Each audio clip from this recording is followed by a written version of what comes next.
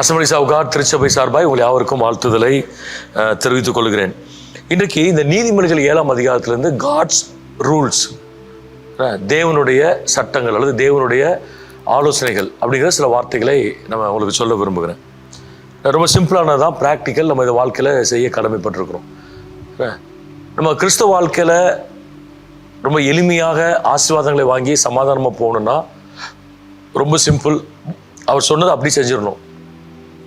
நீங்கள் பழைய ஏற்பாட்டில் பாருங்கள், மோசே காலம், யோசுவே காலம், பரிசுத்தவான்கள், judges period, Kings period, prophets, இவங்க எல்லா பீரியட்லேயும் ஆண்டவர் சொன்னதை செஞ்ச ஆட்களுக்கு பிரச்சனை இல்லை. அவளுக்கு ஒரு விடுதலை கிடைச்சது, ஜெயம் கிடைச்சது, ஆசீர்வாதம் கிடைத்தது. அதை மீறுகிறவங்க, கீழ்ப்படியாதவங்க, எதிர்த்து நிற்கிறவங்களுக்கு தான் என்ன செஞ்சது, பிரச்சனை வந்தது. ஸோ நம்ம அந்த இதுக்குள்ளே போகாமல் கத்தரை நம்ம காத்துக்கொள்ளும்படி நம்ம ஆண்டவர்கிட்ட நம்ம என்ன செய்யணும், கேட்கணும். இந்த நீதிமொழியில் என்ன சொல்லப்பட்டிருக்குது? முதலாவது, my son keep my words, என் மகனே என் வார்த்தைகளை காத்து என் கட்டளைகளை உன்னிடத்தில் பத்திரப்படுது. முதலாவது ஆண்டவர் என்ன இன்ஸ்ட்ரக்ஷன், என்ன ரூல் சொல்றாரு? கீப் மை வேர்டு, ஏன் வசனத்தை நீ காத்து கொள்ளுங்கிறாரு. பாருங்க, இந்த வசனம் அப்படிங்கிறது அது ஒரு ஜீவன் உள்ளது. நீதி மார்க்கத்தை நமக்கு போதிக்கிறது, நித்தியத்திற்கு நம்மை கொண்டு போகிறது. எல்லா ரிலிஜன்லையும் இருக்கிற மாதிரி இருக்கிற ஒரு புக்கு கிடையாது பைபிள். நல்லா கவனிக்கணும். Bible is not the religious literature of Christianity. எல்லா மார்க்கங்களையும் இதை வச்சிருக்காங்க, கிறிஸ்தவங்களும் வச்சிருக்காங்க. இல்லை, மற்ற மார்க்கங்களை குறித்து நாம் அதிகமாக நான் பேசவில்லை, அது நமக்கு தேவையில்லை. ஆனால் கிறிஸ்தவத்தில் இருக்கிறது வேதாகமம் வாழ்க்கையை மாற்றுகிறது. It changes our lives, transforms our lives. அதனால இது மார்க்க இலக்கியம், மத்தேயு எழுதினது, யோவான் எழுதினது, மோசே இல்லை. இது ஆவியானவர் நமக்கு எழுதி கொடுத்த ஒன்று, மனிதர்களை கொண்டு கர்த்தர் எழுதி இருக்கிறார். ஸோ அந்த வார்த்தைகளை நீ என்ன செய், உன் இருதயத்தில் வை. கீப் மை வேர்ட் அப்படின்னு ஆண்டவர் சொல்றார். அந்த வார்த்தையில கவனி, அந்த வார்த்தையில் ஒரு இருதயத்தில் வை, அந்த வார்த்தையில் படி நீ என்ன செய், நீ செயல்படு அப்படின்னு ஆண்டவர் என்ன செய்யறாரு, அவர் சொல்றாரு. அதான் சொல்ல வர்றாரு. அவைகளே உன் இருதயத்தில் என்ன செய்யணுமா, பத்திரப்படுத்துங்கிறாரு. Treasure my commands within you, treasure my commands within you, keep my commands and live and my law as the apple of your eye. என் கட்டளைகளையும் என் போதகத்தையும் உன் கண்மணியை போல காத்துக்கொள், அப்பொழுது பிழைப்பாய். பாருங்க, என் வார்த்தையை கீப் மை வேர்ட்னு சொன்ன ஆண்டவர் இன்னொன்று சொல்றாரு, யூ ஜஸ்ட் லிசன் கேர்ஃபுல்லி, கவனமாய் அதை கொஞ்சம் உற்றுப்பாருன்னு சொல்றாரு. கவனமா கவனிங்கிறார். இப்போ லிசனிங்ல வந்து நிறைய விஷயங்கள் இருக்கு. கேட்குறோம், உணர்வே இல்லாம கேட்டுட்டு போவோம்.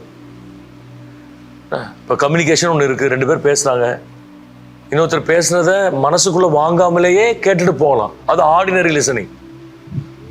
அல்லது கேட்டுட்டு மனசுக்குள்ள வைக்காம இறக்கப்பட்டு பரிதாப்பட்டு எதையா ஒன்று பண்ணிட்டு போகலாம்.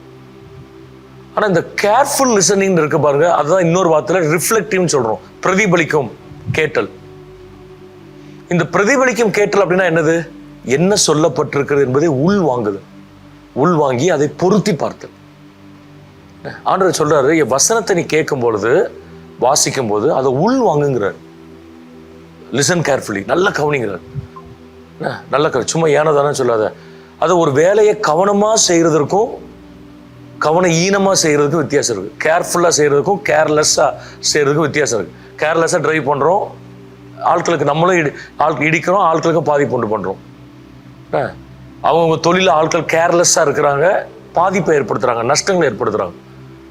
கேர்லெஸ்ஸாக மிஷினை ஹேண்டில் பண்ணுறாங்க, சிக்கல் வருது. இப்படி எந்த ஃபீல்டாலும் எடுத்துக்கொள்ளுங்க. ஆனால் அந்த கேர்ஃபுல் அப்படின்னு ஒன்று இருக்குது பாருங்க, கவனித்தல். அந்த கவனித்தல் வந்து ஒரு ஆசீர்வாதம் இருக்குது. அதை உற்று பார்த்து அது என்ன சொல்லப்பட்டிருக்குது. ஆண்டவர் சொல்றாரு, பைபிளை வந்து சும்மா மேம்போக்க வாசித்துட்டு போகாத, கடமைக்கு வாசிக்காத, இன்னைக்கு வாசிக்கணுமே அப்படின்னு வாசிக்காத, வாசிக்காட்டி மனசு குத்துமே அப்படிலாம் நீ யோசிக்க வேண்டாம். You take time to listen carefully. கொஞ்சம் டைம் எடுத்து அதை நீ என்ன செய்யணும், நீ கவனிக்கணும் அப்படின்னு அவர் சொல்றாரு. அதை செஞ்சாதான் நமக்கு ஆசீர்வாதம், செஞ்சாதான் நமக்கு ஆசீர்வாதம். பாருங்க, 1ஆம் சங்கீதம் ஏற்கனவே நம்ம பேசியிருக்கிறோம். 1ஆம் சங்கீதத்தில் சொல்லப்பட்டிருக்கிறது, இரவும் பகலும் வேதத்தை வாசிக்கிற மனிதன் பாக்கியவன் ஆண்டவர் சொல்லலை. இரவும் பகலும் வேதத்தை தியானிக்கிற மனிதன். The one who meditates, not the one who reads. வாசிக்கிறது அப்படியே உட்காந்து வாசிக்கணுமேனு வாசிக்கலாம், டைம் பாஸுக்கு வாசிக்கலாம். யாராவது 10 நாளைக்குள்ள முடிக்கணும், 40 நாளைக்குள்ள முன்ன முடிக்கணும், 3 மாதத்துக்கு முன்னாடி முடிக்கணும்னு வாசிக்கலாம். அதுக்கு இல்லை, மெடிடேட்ஸ், சிந்தித்தல், உள்வாங்கி அதை சிந்திக்கணும் அப்படின்னு ஆண்டவர் என்ன செய்கிறாரு, அவர் சொல்கிறாரு. மூணாவது பாருங்க, மூணாவது என்ன சொல்லப்பட்டிருக்குதுன்னா, அவைகளை உன் விரல்களில் கட்டி அவைகளை உன் இருதய பலகையில் என்ன செய், நீ எழுதிக்கொள். என்ன, bind them on your fingers, write them on the tablet of your heart. ஆண்டதில் என்ன சொல்ல வராரு, அப்சர்வ் இட் இன் டீடைல். மூணாவது வார்த்தை அவரோட இன்ஸ்ட்ரக்ஷன். கீப் மை வேர்டுன்னு சொல்றாரு, என் வசனத்தை காத்துக்கொள்ளுங்கிறாரு. லிசன் கேர்ஃபுல்லி, கவனமா அதை கேளுங்கிறாரு. மூணாவது ஆண்டோடைய வார்த்தை என்ன சொல்லுது, அப்சர்வ் இன் டீடைல். தெளிவாக அதை உற்று நோக்கு, தெளிவாக உற்று நோக்குதல். ஒரு அட்வொகேட் வந்து லாவை இன்டர்பிரட் பண்ணுவார், அதுலதான் சக்சஸ் இருக்கு. லாங்கிறது ஒரு ரிட்டன் வேர்டு, அந்த ரிட்டன் வேர்டை ஒரு கான்டெக்ட்ல இன்டர்பிரட் பண்ணுவார்.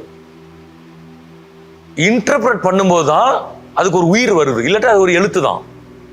என்ன, அதை கவனமாக யார் இன்டர்பிரட் பண்ணுறாங்களோ அவங்களுக்கு சக்ஸஸ். ஒரு மெடிக்கல் ரிப்போர்ட், ஒரு ரேடியாலஜிஸ்ட் கொடுத்த ரிப்போர்ட்டை ஒரு டாக்டர் வந்து என்ன செய்யறாரு, இன் டீட்டெயிலாக பார்க்குறாரு. சும்மா அப்படியே திருப்பிட்டு போக மாட்டார், அப்சர்வேஷன்ஸை பார்த்துட்டு இன் டீட்டெயிலாக படிக்கிறார். டாக்குமெண்ட்ஸ் அப்படின்னு வச்சிருக்கோம், எழுதுறாங்க, அவங்களாம் இன் டீட்டெயிலாக இருக்கும். சில இடத்துல கமா மாறினாலும் மாறிடும், பங்க்சுவேஷன்ஸ் இருந்தாலும் மாறிடும்.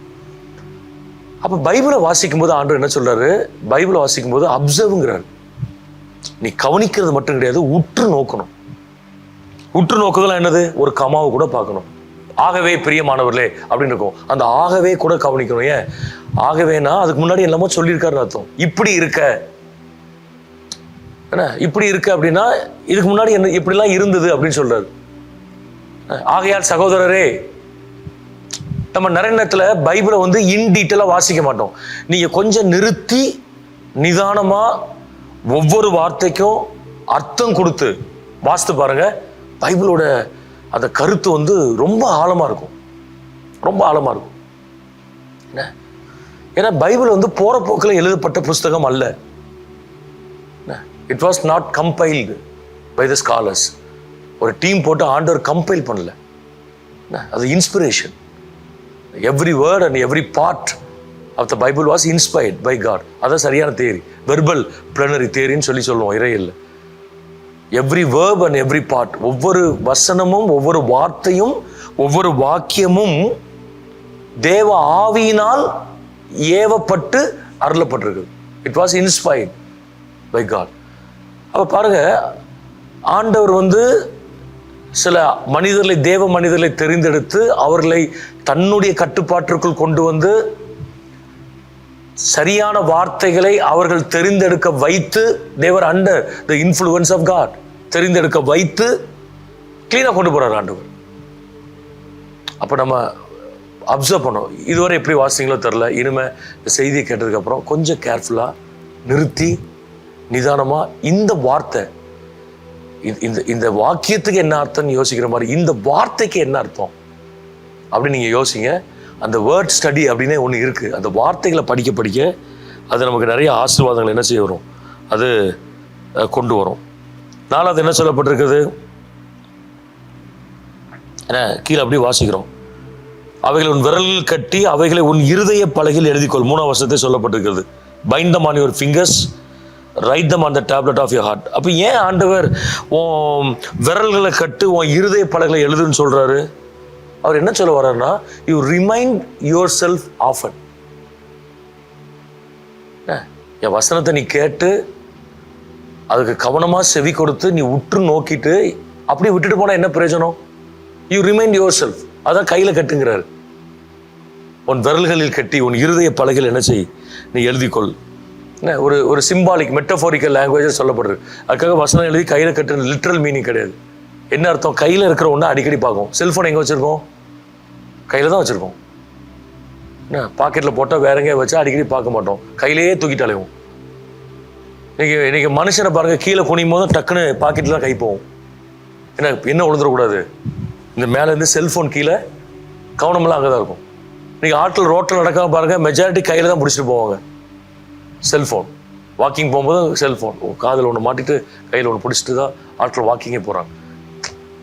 அப்போ உன் கைகளில் கட்டி, ஆண்டவர் சொல்கிறாரு அந்த கைகளில் கட்டுங்கிற அப்படின்னா அந்த அளவுக்கு நீ இம்பார்ட்டன்ஸ் கொடுங்கிறாரு. இம்பார்ட்டன்ஸ் கொடு. நீங்கள் என்ன பண்ணலாம் அப்படின்னா, ஒரு கார்டுன்னு வாங்காட்டாலும் நீங்களே ஒரு பேப்பரை சின்னதாக கட் பண்ணி காலையில் வாசித்த ஒரு வசனத்தை உங்களுக்கு பிடிச்ச மொழியில் எழுதி பாக்கெட்டில் வச்சுக்கலாம், பேக்கில் வச்சுக்கலாம். அல்லது நீங்கள் எழுதி கொண்டு போய் உங்கள் ஆஃபீஸ்லேயோ எங்கேயோ நீங்கள் அடிக்கடி பார்க்குற இடத்துல ஒட்டி வச்சுக்கலாம். அதை பார்க்க சில சிந்தனைகள் உங்களுக்கு வரும். அதை உடனே அதில் ரெக்கார்ட் பண்ணலாம், செல்லில் கூட பண்ணலாம், அது தப்பு கிடையாது. அதை நோட் பண்ணி வைக்கணும். அப்போ தான் அந்த வசனத்தை நமக்கு ரிமைண்ட் பண்ணிகிட்டே இருக்கும். ஏன்னா வழியருகே விழுந்த விதை, கற்பாறையில் நிலத்தில் விழுந்த விதை, ஏன்னா இப்படிலாம் இந்த பலவிதமான ஓமையில விதைகள் விதைக்கப்பட்ட நிலங்களை குறித்து கர்த்தர் சொல்றார். வழியருகே விதைத்தது காக்கா தூக்கிட்டு போயிடுச்சு.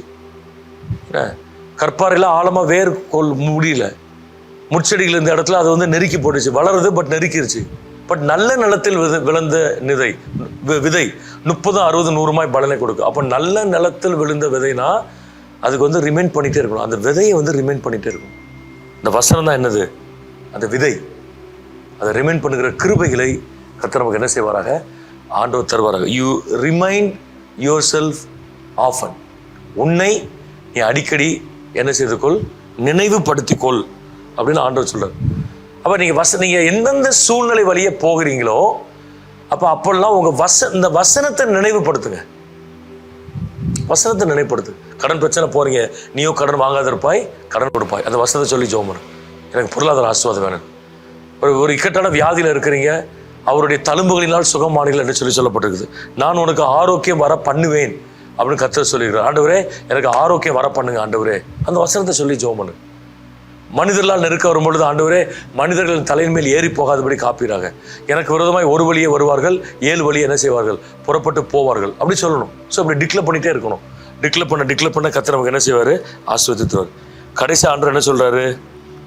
Say to wisdom you are my sister and call understanding your nearest kin. ஞானத்தை நோக்கி என் சகோதரி என்றும் புத்தியை பார்த்து நீ நினைத்தால் என்றும் சொல்லுவாயாக. இந்த 1 to 4 வருஷம் திரும்ப வாசிங்க. ஆண்டவர் கொடுக்குற அடுத்த வார்த்தைனா லீவ் அவுட் அக்கார்டிங்லி. அதுபடி வாழுங்கிறார். 5 வார்த்தை சொல்லியிருக்கிறேன். கீப் மை வேர்ட்ஸ், என் வார்த்தைகளை இருதயத்தில் வை. லிசன் கேர்ஃபுல்லி, அதுக்கு கவனமாக செவி கொடு. அப்சர்வ் இன் டீட்டெயில், அதை தீவிரமாக அல்லது தெளிவாக உற்று நோக்கு. ரிமைண்ட் யுவர் செல்ஃப் ஆஃபன், உன்னை அடிக்கடி ஞாபகப்படுத்திக்கொள். கடைசி என்னது? Live out accordingly. அதுபடி வாழணும்.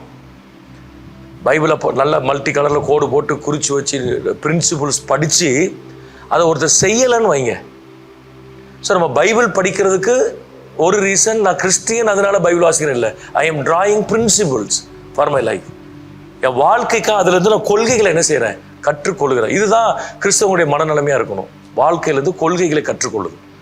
அப்போ லிவ் அவுட் அக்கார்டிங்லி, அது வசனத்தின்படி வாழ ஆரம்பிங்க. ஒப்பு கொடுங்க. ஆண்டவரே நான் வசனத்தின்படி வாழ்வதற்கு என்னை அர்ப்பணிக்கிற ஆண்டவரே சொல்லுங்க. அப்படி செய்யும்போது என்ன நடக்கும்? இந்த நீதிமன்ற வாசித்து பாருங்க. என்ன? adulterers and seducers. God will enable us to keep us away from adulterers and seducers. நம்மளை விபச்சார பாவம், இச்சைகள், வழி போக பண்ணுகிற, துன்மார்க்கத்தனத்துக்கு நேராக நடத்துகிற மனிதரிடமிருந்து இந்த வசனம் நம்ம விலக்கி காக்கும். ஏன்னா அடுத்தால ஞானி சொல்றாரு, நான் என் வீட்டின் ஜன்னலக நின்று பலகன வழியாக பார்த்த பொழுது பேதர்களாக ஒரு வாலிபனை கண்டேன். அப்புறம் பெரிய ஸ்டோரி எழுதிட்டு போறாரு. ஸோ இதுக்கெல்லாம் தப்பணும் அப்படின்னா இந்த 5 ஸ்டெப்பை பண்ணணும்.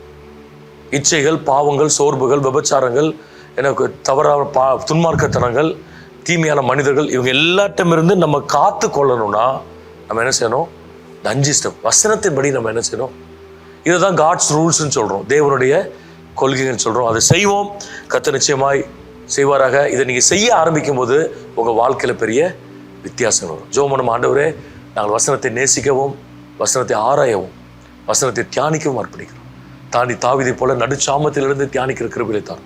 உமது வாக்கை என் இருதயத்தில் வைத்தேன் என்று சொல்லப்பட்டபடி இருதயத்தில் வைத்து வைக்க கிருபை தான். யாரெல்லாம் அந்த வசனத்தை சத்தியத்தை கேட்டு அதன்படி செய்கிறதுக்கு அர்ப்பணிக்கிறார்களோ அவர் வாழ்க்கையில் ஒரு பெரிய வித்தியாசத்தை கர்த்தர் காண்பிக்கிறார். பிதா, குமாரன், பரிசுத்தாவின் நாமத்தினாலே ஆசீர்வதிக்கிறோம். இயேசு நாமத்தில் ஜெபிக்கிறோம் நல்ல பிதாவே. ஆமென். Have a blessed day. God bless you.